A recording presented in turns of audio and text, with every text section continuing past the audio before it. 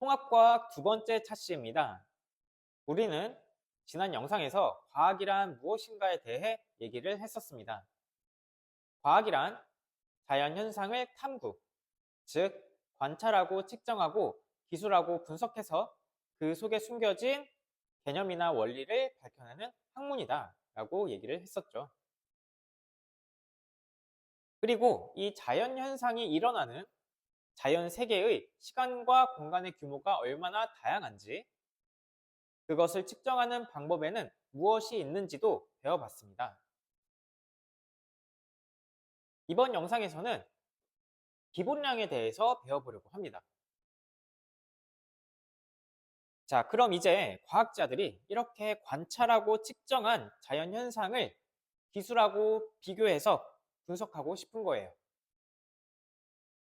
번개가 번쩍하고 치는 그 순간이 얼마나 짧은 시간인지, 지구의 둘레는 또 얼마나 긴 길이인지, 지금 온도는 또 얼마나 추운지, 이런 것들을 기술하고 싶은 겁니다. 그리고 이렇게 자연현상을 기술할 수 있는 형태로 수치화한 것을 우리는 물리량이라고 부릅니다. 사실 이 물리량에는 굉장히 많은 종류의 물리량들이 있거든요. 그런데 그 중에서도 가장 기본이 되는 물리량을 우리는 기본량이라고 합니다. 그래서 기본량은 가장 기본이 되는 물리량이다. 가장 기본이 된다는 말은 다른 물리량들로는 표현할 수 없다는 뜻이에요. 다른 물리량으로는 표현할 수 없는 가장 기본이 되는 물리량을 기본량이라고 합니다. 그럼 이 기본량에는 무엇이 있느냐? 선생님이 한번 써볼게요. 자, 기본량에는 시간, 그리고 길이, 질량, 온도, 전류, 물질량, 광도가 있습니다. 몇 가지죠? 7가지죠. 그래서 이 기본량은 이 7가지로 국제적으로 딱 정해져 있습니다. 약속이 되어 있는 거예요. 그럼 누가 정한 것이냐? 바로 국제 단위계라고 하는, 자, 줄임말로 SI라고도 하거든요. 이 국제 단위계라고 하는 국제 기구에서 이렇게 기본량을 7가지로 정했습니다. 그럼 이제 이 기본량들을 이용해서 자연현상을 수치로 표현하려고 하는데, 이렇게 딱 숫자만 쓰면 될까요?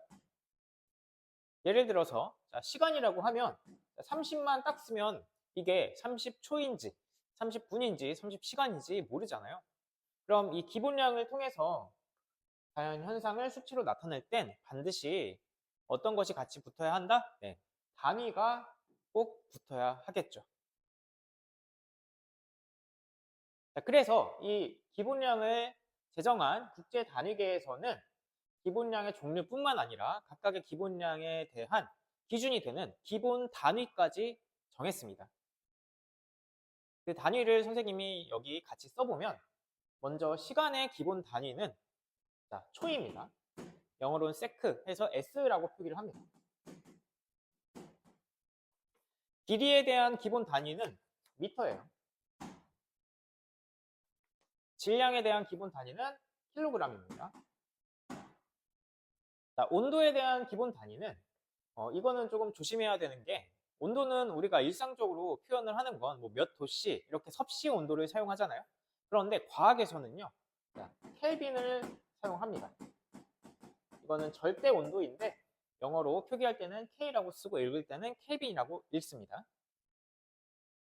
한 가지 여러분들이 이제 알아두면 좋은 것은, 섭씨 온도로 0도씨는요 절대 온도, 즉 켈빈으로는 273 켈빈 정도가 됩니다. 이거는 여러분들이 암기를 해두면 나중에 문제를 풀 때 도움이 될 수도 있어요.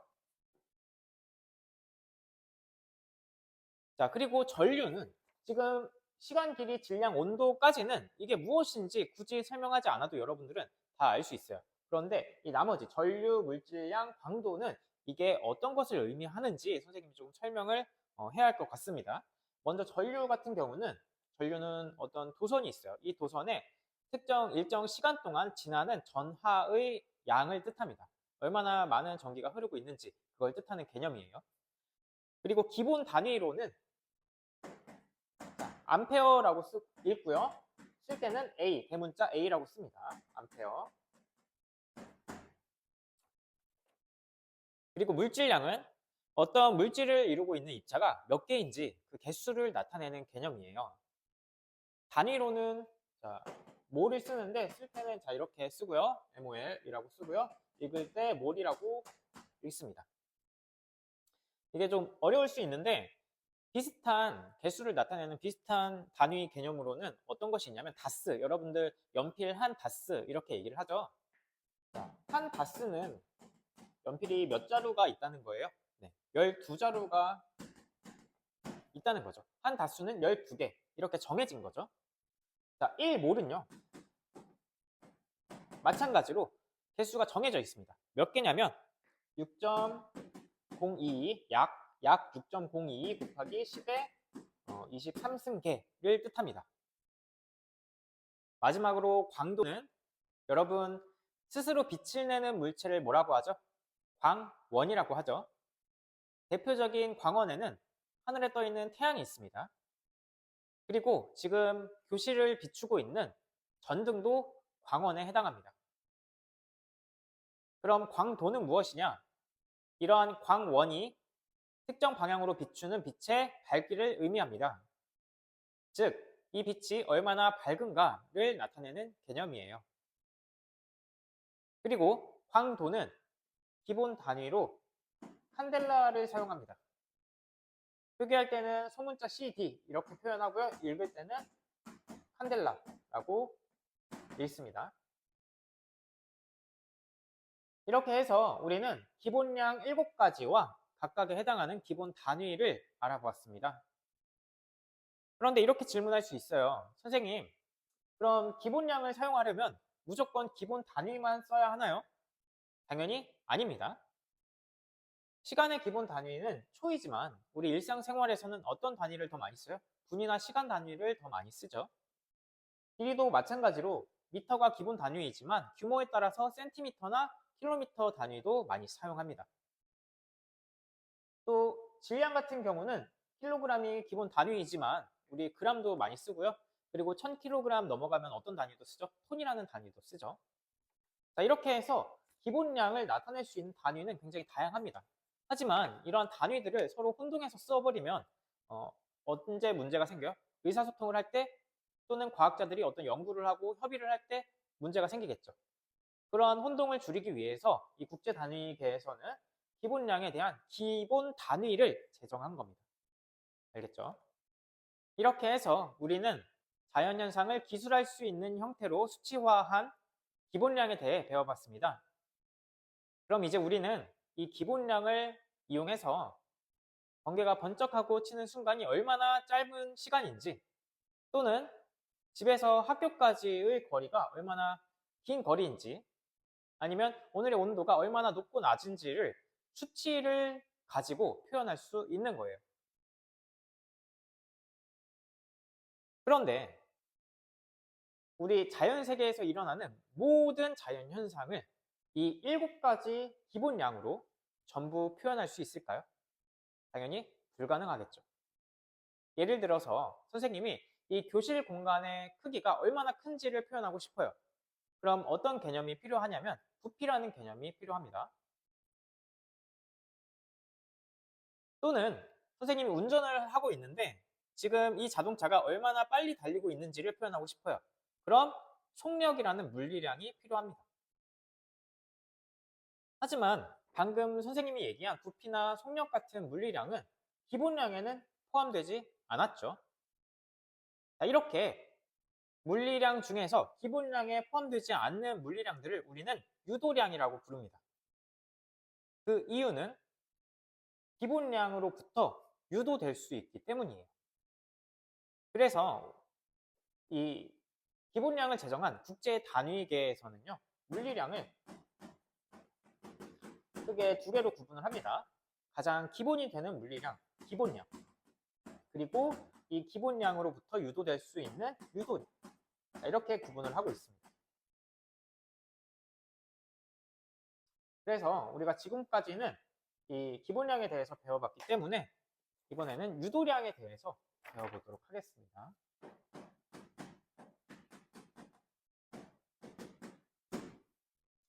그럼 선생님이 아까 말한 부피나 속력과 같은 유도량이 정말로 기본량으로부터 유도될 수 있는지를 한번 확인해 볼게요.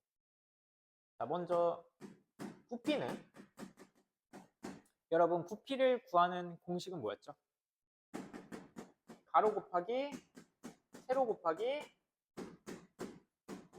높이였죠. 자, 그런데 얘네들은 전부 다 가로의 길이이고요, 세로의 길이이고요, 높이도 길이죠. 그러면 전부 다 길이라는 기본량에 해당하죠. 그리고 이 기본량들의 곱을 통해서 부피라는 물리량이 도출이 되었습니다. 그래서 유도량이라고 하는 겁니다. 자, 속력도 해볼게요. 우리 속력은 자, 어떻게 구할 수 있죠? 속력은 시간분의 거리로 구할 수 있습니다. 자, 시간 기본량이고요. 거리는 길이에 해당하는 기본량이라고 할 수 있겠죠. 그럼 여기도 마찬가지로 기본량과 기본량을 사용해서 속력이라는 유도량이 도출이 된 겁니다. 자, 한 가지 더 해볼게요. 여러분들 뭐 과학 실험에서 많이 사용되는 용어 중에 하나가 농도라는 게 있어요. 농도. 사실 이 농도는 여러 가지의 농도가 있는데 지금 선생님이 얘기할 것은 퍼센트 농도라는 거예요. 이거는 우리말로 질량 백분율 농도라고도 하는데, 이 농도는, 퍼센트 농도는 어떤 개념이냐면 일정한 어떤 용액 속에 들어있는, 녹아있는 용질의 양을 뜻합니다. 방금 선생님이 용액과 용질이라는 용어를 사용했죠. 자, 이 용어를 잠깐 짚고 넘어갈 건데, 용액은요, 어떤 용액은 용매와 용질로 구성이 됩니다. 이 용매는 어떤 물질을 녹이는 물질이에요. 그리고 용질은 이 용매에 녹는 물질을 의미합니다. 예를 들어서 소금물이라는 용액이 있어요. 소금물.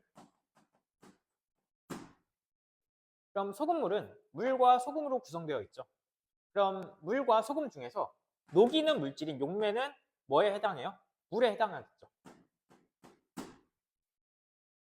그리고 용매인 물에 녹는 소금은 용질에 해당합니다. 그럼 만약에 물 100g에 소금 10g을 섞었어요. 그래서 소금물을 만들면 소금물은 몇 g이 나와요? 110g이 나오는 겁니다. 자, 그럼 이제 퍼센트 농도에 대해서 설명을 해볼게요. 이 퍼센트 농도는 어떻게 구할 수 있냐면,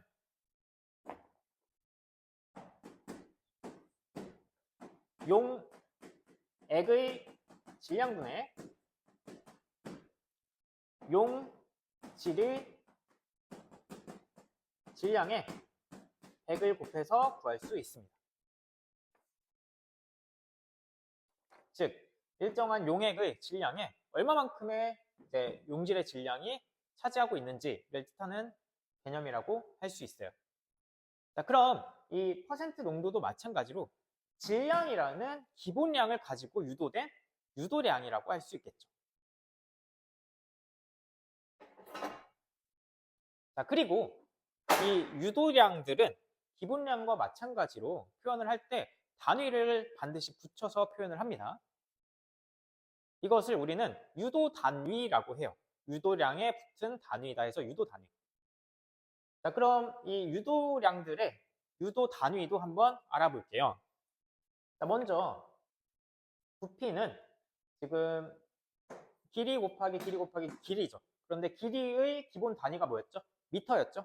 그러면 미터 곱하기 미터 곱하기 미터니까 부피의 유도 단위는 세제곱미터라고 할 수 있겠죠. 자, 그리고 속력은 시간의 기본 단위는 세크죠. 거리의 기본 단위는 미터입니다.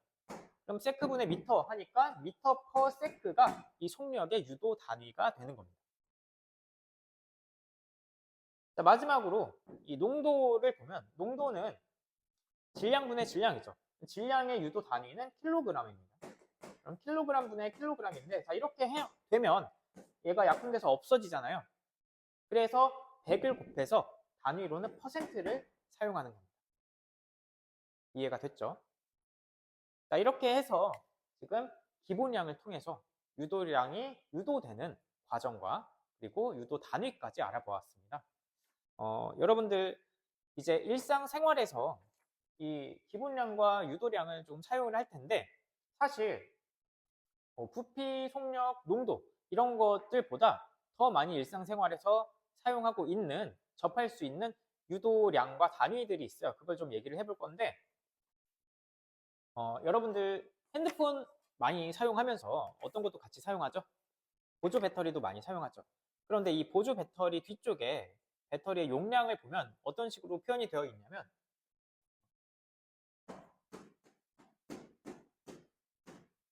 자, 이런 식으로 표현이 되어 있습니다.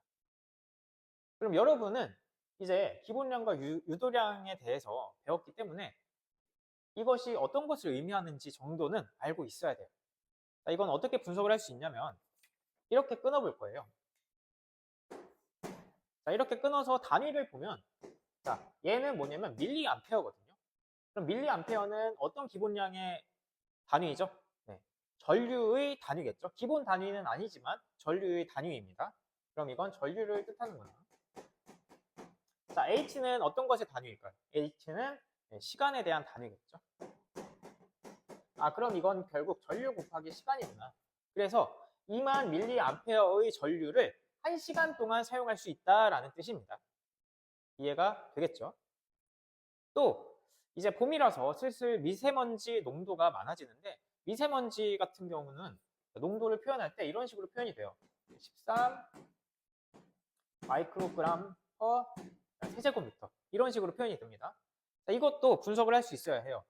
일단 마이크로그램, 얘는 뭐냐면요, 질량에 대한 단위입니다. 얘는 굉장히 작은 단위예요. 미리그램보다 훨씬 더 작은 단위라서 마이크로그램이라고 표현을 하는데, 어쨌든 질량에 대한 단위이다. 그럼 세제곱미터는 뭐에 대한 단위죠? 얘는 기본량은 아니지만, 자, 유도량인 부피에 대한 단위죠. 그러면 이 미세먼지 농도는 이걸 가지고 해석을 하면 일정한 부피 안에, 지금 가로 세로 높이 1m에 해당하는 부피 안에 13 마이크로그램만큼의 미세먼지가 들어가 있다라고 표현을 하는 겁니다. 자, 이렇게 해서 이번 영상을 통해 여러분은 자연현상, 우리 자연세계에서 일어나는 자연현상을 기술할 수 있는 형태로 수치화한 물리량들에 대해서 배웠습니다. 그리고 다음 영상에서는 이제 중단원, 1-1 말고 1-2 중단원을 배워보도록 하겠습니다.